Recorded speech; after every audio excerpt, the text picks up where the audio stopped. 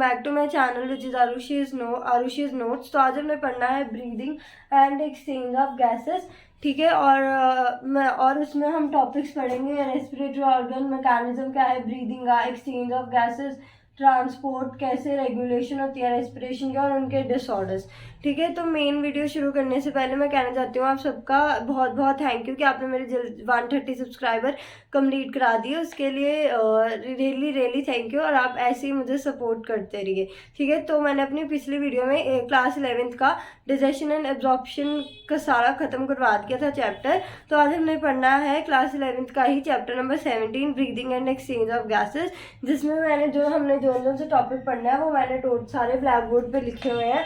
जैसे हमने पढ़ना है रेस्पिरेटरी ऑर्गन्स कौन कौन से हैं, क्या मैकेनिज्म है, कैसे एक्सचेंज ऑफ गैसेस होता है, कैसे ट्रांसपोर्ट होता है, ठीक है, और कैसे रेगुलेशन होता है रेस्पिरेशन का, और क्या क्या उनके डिसऑर्डर्स हैं। तो हमने ये टॉपिक्स जो हैं वो इस चैप्टर में कवर करने हैं, ठीक है।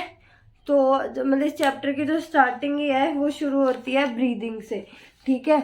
तो ब्रीदिंग होता क्या है? ब्रीदिंग होता है the process of exchange of gases. मैंने ब्लैक बोर्ड पे डेफिनेशन लिखी हुई है कि the process of exchange of oxygen from the atmosphere with carbon dioxide जो सेल प्रोड्यूस करेगा उसको बोलते हैं ब्रीदिंग। तो ब्रीदिंग क्या होगा कि the process of exchange of oxygen, the process of exchange of oxygen from the atmosphere with the process of exchange of oxygen from the atmosphere with the carbon dioxide produce by the cell, उसको बोलते हैं breathing या respiration. तो इसका जो first topic है respiratory organs में, वो हम शुरू करते हैं कि डिफरेंट ऑर्गेनिज्म में क्या है, डिफरेंट मतलब की चीज़ें हैं जिससे वो रिस्पायर कर सकते हैं, ठीक है। सो ऑर्गेनिज्म जो है अपनी रेस्पिरेशन जो मतलब कि प्रोसेसेस है वो जिन ऑर्गन से पूरा करता है उसको बोलते हैं रेस्पिरेटरी ऑर्गन। डिफरेंट एनिमल्स का डिफरेंट मेथड होता है या डिफरेंट प्रोसेस होता है जिसके थ्रू वो रिस्पायर करते हैं।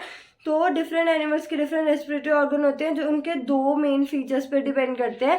सबसे पहला आता है हैबिटेट और फिर दूसरा आता है लेवल ऑफ ऑर्गेनाइजेशन, ठीक है। तो हैबिटेट वो होता है जहाँ पे एनिमल रह रहा है।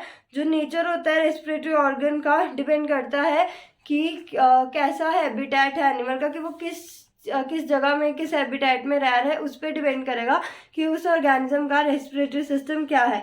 जैसे फिश है, फिश वाटर में रहती है तो जिसके कारण उनका रेस्पिरेटरी ऑर्गन क्या है, गिल्स है। एंड जैसे रेप्टाइल्स लैंड पे रहते हैं तो उनका रेस्पिरेटरी ऑर्गन क्या है, लंग्स है, ठीक है। उसके बाद है लेवल ऑफ ऑर्गेनाइजेशन। अब लेवल ऑफ ऑर्गेनाइजेशन के मतलब कि कैसा लेवल है ऑर्गेनाइजेशन का एनिमल्स के अंदर। जो ब्रीदिंग मैकेनिज्म है वो क्या करेगा, वो वेरी करेगा। जैसे पोरीफेरा हो गए, वो सबसे सिंपलेस्ट ऑर्गेनिज्म होते हैं, तो उनका सेलुलर लेवल होता है, कोई वेल डेवलप्ड टिश्यू नहीं होता एंड ऑर्गन्स और प्रेजेंट, दैट्स वाई वो ऑक्सीजन को एक्सचेंज करते हैं कार्बन डाइऑक्साइड से सिंपल डिफ्यूजन के थ्रू उनके बॉडी सरफेस में। क्यों?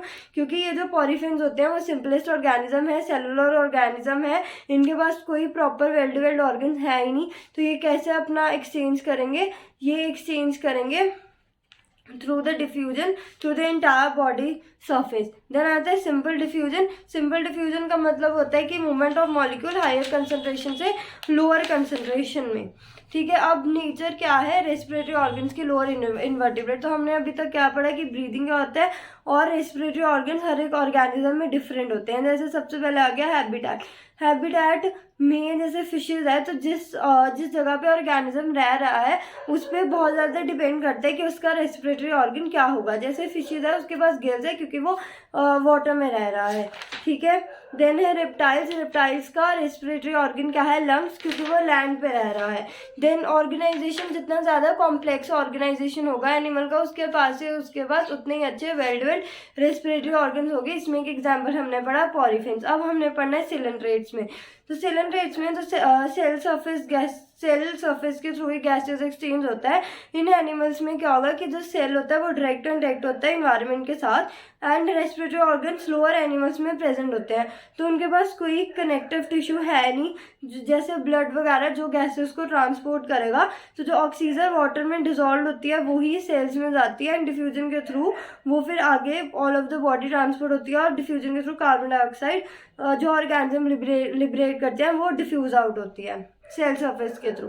तो हमने ये पढ़ा अभी कि सिलेंड्रेट में सेल सरफेस के थ्रू डिफ्यूजन होती है। ये लोअर ऑर्गेनिज्म होते हैं, इनके पास वेल डेवलप्ड रेस्पिरेटरी ऑर्गन नहीं होगा। तो इनका क्या होता है कि इनका जो सेल होता है वो डायरेक्ट ही कांटेक्ट में रहता है इन्वायरमेंट के, ठीक है, क्योंकि रेस्पिरेटरी ऑर्गन अगर नहीं है तो इनके पास कोई कनेक्टिव टिश्यू भी नहीं होगा। ब्लड जो मतलब जैसे ब्लड जो गैसेस को ट्रांसपोर्ट करेगा, तो जो ऑक्सीजन पानी में डिजॉल्व है वो उनके सेल्स के अंदर पास हो जाएगी डिफ्यूजन के थ्रू, ठीक है। एंड जो CO2 है वो डिफ्यूज आउट होगी by the organism into the surrounding through the cell surface. उसके बाद अर्थवॉर्म जो है वो अपने मॉइस्ट क्यूटिकल यूज करते हैं as a respiratory organ. Cuticle उनकी आउटर मोस्ट कवरिंग होती है बॉडी की, एंड वो सिंपल डिफ्यूजन से अपना जो है गैसेज एक्सचेंज करते हैं। देन आता है इंसेक्ट्स जैसे कॉकरोच हो गया, तो उनके पास ट्यूब्स होती है नेटवर्क की, जिसको बोलते हैं ट्रैकियल सिस्टम, ठीक है, जो ट्रांसपोर्ट करेगा एटमॉस्फेरिक एयर बॉडी के अंदर। एंड ये ट्यूब्स के पास स्मॉल ओपनिंग्स होती हैं जिसको हम बोलते हैं स्पैरिकल्स, जिससे ऑक्सीजन एंटर करती है अंदर और बॉडी के इंसेक्ट के अंदर, और कार्बन डाइऑक्साइड बाहर जाती है। देन एक्वेटिक आर्थ्रोपोड्स जैसे क्रेफिश हो गया, प्रॉन हो गया, मोलस्क हो गया, यूनियो, वो स्पेशल वेस्कुलाइज स्ट्रक्चर से रिस्पायर करते हैं जो है गिल्स, ठीक है। ये एक प्लेट लाइक फिलामेंटस और हाईली वेस्कुलेटेड मीन्स होते हैं, well supplied with the blood vessels, और ये पानी के अंदर टोटली बास्ट होते हैं for the exchange of gases, ठीक है। देन आते हैं नेचर क्या है रेस्पिरेटरी ऑर्गन्स के वर्टिब्रेट्स में। तो जैसे फिशेस जो हैं वो गिल्स यूज करती हैं एज अ रेस्पिरेटरी ऑर्गन, क्योंकि उनका एक्वेटिक मोड होता है लाइफ का, और उनके गिल्स टोटली पानी के अंदर ही रहते हैं, ठीक है। देन एम्फीबियंस होते हैं जिनका ड्यूअल लाइफ होता है, मतलब कि वो वाटर में भी रह सकते हैं और लैंड में भी रह सकते हैं। तो उसके अकॉर्डिंगली उनके पास स्किन वगैरह होती है, जैसे फ्रॉग्स हो गया, वो स्किन के थ्रू भी रिस्पायर करते हैं, बकल कैविटी के थ्रू के भी, और लंग्स के थ्रू भी। देन आता है रिप्टाइल, बर्ड्स एंड मैमल्स, ये स्पेशलाइज स्ट्रक्चर यूज करते हैं जिसको बोलते हैं लंग्स, और ये वेस्कुलाइज बैग होते हैं जिनके पास वेल सप्लाइड होती है ब्लड वेसल्स की, और इनमें बहुत अच्छे तरीके से जो रेस्पिरेटरी सिस्टम है वो वेल डेवलप्ड होता है। उसके बाद ना ये एक टेबल है, आप देख सकते हो, इसके अंदर हर एक चीज़ जितनी मैंने अभी बोली है ना वो सारी टेबल की फॉर्म में। किसी को स्क्रीनशॉट चाहिए तो आप ले सकते हो। तो अभी तक हमने क्या पढ़ा, हमने इस चैप्टर का एक टॉपिक खत्म कर दिया जो है रेस्पिरेटरी ऑर्गन, ठीक है। रेस्पिरेटरी ऑर्गन इस चैप्टर में क्या हो गया, खत्म। सो रेस्पिरेटरी ऑर्गन्स में हमने ये पढ़ा, सबसे पहले हमने पढ़ा ब्रीदिंग क्या होता है कि the exchange of oxygen from the atmosphere with the carbon dioxide. The process of exchange of oxygen from the atmosphere with the carbon dioxide produced by the cell, उसको बोलते हैं ब्रीदिंग, या हम उसको बोलते हैं रेस्पिरेशन, ठीक है। तो रेस्पिरेटरी ऑर्गन में हमने पढ़ा कि डिफरेंट ऑर्गेनिज्म के अंदर डिफरेंट रेस्पिरेटरी ऑर्गन होते हैं, और वो रेस्पिरेटरी ऑर्गन किन 2 फैक्टर्स पे डिपेंड करते हैं, हमने पहले वो पढ़े, ठीक है। तो सबसे पहले हमने पढ़ा हैबिटेट की, जिस हैबिटेट में ऑर्गेनिज्म रह रहा है उस पर भी डिपेंड करेगा कि उसका रेस्पिरेटरी ऑर्गन क्या है। जैसे अगर फिशेज है वो वाटर में रह रही हैं तो उनका रेस्पिरेटरी सिस्टम क्या होगा, गिल्स, ठीक है। और दूसरा जो फैक्टर आता है वो है लेवल ऑफ ऑर्गेनाइजेशन। जितना एक एनिमल कॉम्प्लेक्स होगा उतना ही उसके पास अच्छे वेल डेवलप्ड रेस्पिरेटरी ऑर्गन्स होंगे। जैसे पॉरीफेरा है वो सिंपल है, सेलुलर ऑर्गेनिज्म है, वो सिंपलेस्ट है, उसके पास कोई वेल डेवलप्ड नहीं है टिश्यूज या ऑर्गन। तो उसमें कैसे होता है, उसमें ऑक्सीजन का जो एक्सचेंज है वो किससे होता है, थ्रू द सिंपल डिफ्यूजन। उसके बाद हमने पढ़ा कि लोअर वर्टिब्रेट्स में या सिलेंड्रेट में गैसेज एक्सचेंज होता है किससे, थ्रू सेल सरफेस, क्योंकि एंड उसमें कोई स्पेशलाइज्ड ऑर्गन है ही नहीं सिलेंड्रेट्स में। तो सेल जो होगा बेसिकली डायरेक्ट कॉन्टैक्ट में रहता है इन्वायरमेंट के, ठीक है, और उनके पास कोई कनेक्टिव टिश्यू भी नहीं है जो मतलब कि गैसेस को ट्रांसपोर्ट करेगा। तो ऑक्सीजन पानी में डिजॉल्व होती है, वो डिफ्यूजन के थ्रू अंदर जाती है, एंड कार्बन डाइऑक्साइड डिफ्यूजन के थ्रू ही बाहर चली जाती है सरफेस। उसके बाद हमने अर्थवॉर्म का पढ़ा कि अर्थवॉर्म कैसे रिस्पायर करते हैं। अर्थवॉर्म रिस्पायर करते हैं क्यूटिकल के थ्रू, ठीक है, जो एक उनकी आउटर मोस्ट कवरिंग होती है जो वो सिंपल डिफ्यूजन के लिए यूटिलाइज करते हैं। देन हमने पढ़ा इंसेक्ट जैसे कॉकरोच है, उनके पास ट्यूब होता है, नेटवर्क ऑफ ट्यूब, जिसको हम बोलते हैं ट्रैकियल सिस्टम, जो ट्रांसपोर्ट में मदद करते हैं। ये ट्यूब्स के पास स्मॉल ओपनिंग्स होती हैं जिसको बोलते हैं स्पैरिकल, जिससे ऑक्सीजन एंटर करेगा और कार्बन डाइऑक्साइड बाहर जाएगा।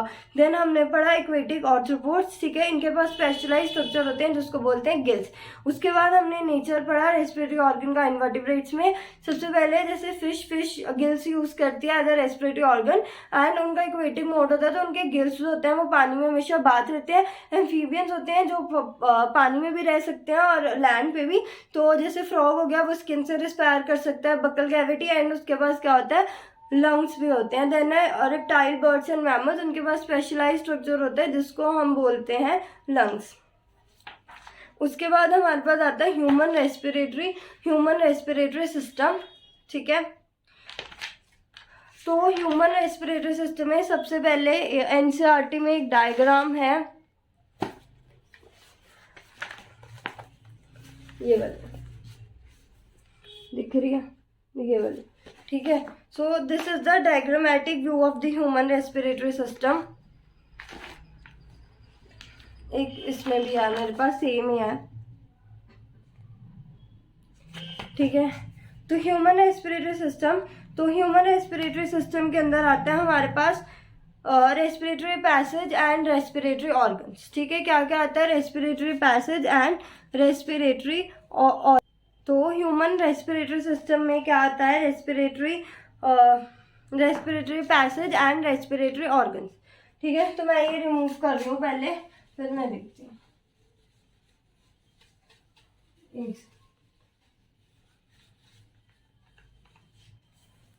तो ह्यूमन रेस्पिरेटरी सिस्टम में दो चीजें आती है, respiratory passage and respiratory organ. Respiratory passage and respiratory organ. तो सबसे पहले आज अभी मैं इस अपनी वीडियो में पैसेज करवा दूंगी और रेस्पिरेटरी ऑर्गन हम अपनी नेक्स्ट वीडियो में करेंगे, ठीक है। तो रेस्पिरेटरी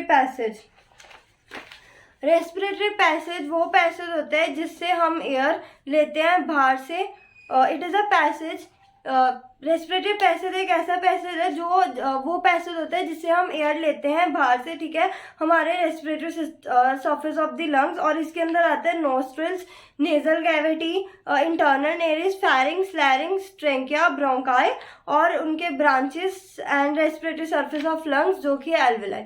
तो रेस्पिरेटरी पैसेज वो होता है the passage that takes air from the outside to the respiratory surface of the lungs. और इसके अंदर क्या क्या आता है, इसके अंदर आता है नॉस्ट्रिल्स, इसके अंदर आता है अ पेयर ऑफ नॉस्ट्रिल्स, ठीक है। फिर आता है नेजल कैविटी, ठीक है।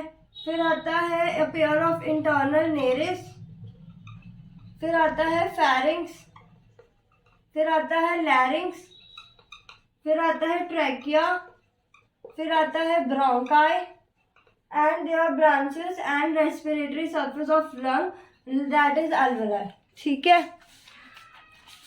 तो सबसे पहले हम आते हैं एक्सटर्नल नॉस्ट्रिल्स। ये जो एक्सटर्नल नॉस्ट्रिल्स होते हैं वहाँ पे अ पेयर ऑफ एक्सटर्नल नॉस्ट्रिल्स जो होंगे वो हमारे प्रेजेंट होते हैं अबव द लिप्स, ठीक है। जो हमारे पास सबसे पहले हमने पढ़ना है external nostrils. So pair of external nostrils जो होते हैं वो रिप्रेजेंट करते हैं फर्स्ट पार्ट रेस्पिरेटरी पैसेज का, एंड ये होल्स होते हैं हमारे नोज के opening out above the upper lip, ठीक है। एंड ये फिर लेड करते हैं नेजल चैम्बर में नेजल कैविटी के नेजल पैसेज के थ्रू। तो सबसे पहले स्टार्टिंग कहाँ से है, नॉस्ट्रिल से। नॉस्ट्रिल से हमारे पास फर्स्ट पेयर है, ठीक है, जो फर्स्ट पार्ट है रेस्पिरेटरी पैसेज का। एंड ये दो होल्स होते हैं जो हम ओपन होते हैं अबव द अपर लिप, और ये लेड कहाँ पे जाते हैं, नेजल चैम्बर में of the nasal cavity nasal passage के थ्रू। उसके बाद आता है नेजल चैम्बर। सो नेजल चैम्बर 2 ही नंबर होते हैं, एंड जो एपिथेलियल लाइनिंग है कैविटीज की उसको बोलते हैं रेस्पिरेटरी एपिथेलियम। उसके अंदर आता है pseudo stratified ciliated columnar, non ciliated brush bordered columnar, cuboidal and goblet cells. And ये एपिथेलियम जो है वो भी पोजेस करती है ग्लैंड्स, एंड ये रिचली सप्लाइड होते हैं ब्लड वेसल्स के साथ, ठीक है। And mucus is produced by the goblet cells, और उसके फंक्शन क्या है कि mucus from the goblet cell and gland surface को स्टिकी बना देते हैं कि ताकि डस्ट पार्टिकल जो प्रेजेंट है वो अंदर ना जा सके। मॉइस्चर होगा जो एपिथेलियम होगा वो एयर को ह्यूमिड बना देता है, एंड ये टेम्परेचर जो इनकमिंग एयर का आ रहा है वो मैच करता है बॉडी टेम्परेचर के साथ, ठीक है। और इसके जो आगे के है ना, ये बहुत लंबा टॉपिक है, अगर मैं सारा करवाऊंगी ना नेजल रेस्पिरेटरी पैसेज तो मेरी वीडियो बहुत ज़्यादा लंबी हो जाएगी। तो अभी मैं यहीं पर रोकती हूँ, मैं अपनी नेक्स्ट वीडियो में इसके आगे ही शुरू करवाऊंगी, ठीक है। तो अभी तक हमने पढ़ा, आज अपनी इस वीडियो में हमने पढ़ा ब्रीदिंग क्या होता है, रेस्पिरेटरी ऑर्गन्स क्या होती हैं, कि कौन कौन से फैक्टर पे डिपेंड करती हैं, जैसे हैबिटेट हो गया, लेवल ऑफ ऑर्गेनाइजेशन हो गया, देन अर्थफॉर्म इंसेक्ट्स और एक्वेटिक आर्थ्रोपोड्स का क्या है, फिशेस वगैरह का। फिर हमने पढ़ा human respiratory system, human respiratory system में हमने पढ़ा respiratory passage and respiratory organ. Respiratory passage वो पैसेज होता है जो एयर लेता है outside to the respiratory surface of the lungs, और इसके अंदर आता है nostrils, nasal cavity, internal nares, pharynx, larynx, trachea, bronchi और एल्वेलाई। और सबसे पहले हमने पढ़ा एक्सटर्नल नेरिस, नॉस्ट्रिल्स, और पेयर ऑफ नॉस्ट्रिल रिप्रेजेंट करते हैं फर्स्ट पार्ट, ठीक है। एंड ये होल्स होते हैं हमारी नोज के opening out above the upper lips, and ये लेट करते हैं नेजल चैम्बर में और नेजल कैविटी के थ्रू द नेजल पैसेज। और फिर नेजल चैम्बर भी दो नंबर के होते हैं, दो नंबर होते हैं सॉरी। जो एपिथेलियल लाइनिंग है कैविटी की वो रेस्पिरेटरी एपिथेलियम है, फिर मैंने डिफरेंट उसके बताए। और एपिथेलियम भी पोजेस करता है ग्लैंड्स और उसके फंक्शंस पढ़े। आई होप आपको मेरी ये वीडियो अच्छी लगी होगी, और मैं अपनी नेक्स्ट वीडियो में इसके आगे करवाऊंगी, ठीक है। तो आई होप आपको मेरी वीडियो अच्छी लगी होगी। अगर कुछ भी इन्फॉर्मेशन मिलता है then please do like share comment and subscribe to my YouTube channel which is Arushi not. अगर आपको कुछ भी डाउट है मेरी इस वीडियो में या पिछली वीडियो में तो आप कमेंट सेक्शन में पूछ सकते हो, मैं पूरी कोशिश करूँगी आपके सारे डाउट्स क्लियर करने की। और थैंक यू वेरी मच आपका कि आप सब ने मुझे इतना ज़्यादा सपोर्ट किया और मेरे 130 सब्सक्राइबर कंप्लीट करा दिए, उसके लिए थैंक यू वेरी मच। और ऐसे ही सपोर्ट करते रहिए। And again I am saying that please do like share comment and subscribe to my YouTube channel which is Arushi not. Thank you and bye.